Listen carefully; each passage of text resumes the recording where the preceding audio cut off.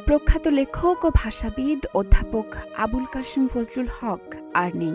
রবিবার দুপুরে রাজধানীর মিরপুরে একটি হাসপাতালে শেষ নিঃশ্বাস ত্যাগ করেন তিনি। বাংলা একাডেমির মহাপরিচালক মোহাম্মদ আজম তার মৃত্যুর বিষয়টি গণমাধ্যমকে নিশ্চিত করেছেন। অধ্যাপক আবুল কাশেম ফজলুল হক বাংলা একাডেমির সভাপতি ও ঢাকা বিশ্ববিদ্যালয়ের বাংলা বিভাগের সাবেক চেয়ারম্যান। মোহাম্মদ আজম জানান, রবিবার বেলা 2:30 থেকে 3টার মধ্যে মিরপুরের একটি রেস্তোরাঁয় খেতে গিয়েছিলেন অধ্যাপক আবুল কাশেম ফজলুল হক। সেখানেই হঠাৎ অসুস্থ হয়ে পড়লে তৎক্ষণাৎ হাসপাতালে নেওয়া হয় তাকে। সেখানেই চিকিৎসাধীন অবস্থায় মৃত্যু হয় 85 বছর বয়সী এই শিক্ষাবিদের।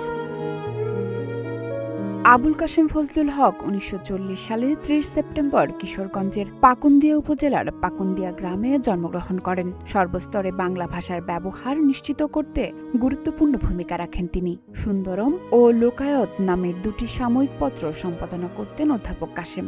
21শে ফেব্রুয়ারি আন্দোলন, রাজনীতি দর্শন, সাহিত্য চিন্তা, সংস্কৃতির সহজ কথা তার উল্লেখযোগ্য গ্রন্থ। সাহিত্য ও গবেষণায় বিশেষ অবদানের স্বীকৃতিস্বরূপ 1981 সালে তিনি বাংলা একাডেমি পুরস্কার পান। ডেস্ক রিপোর্ট, প্রতিদিনের বাংলাদেশ।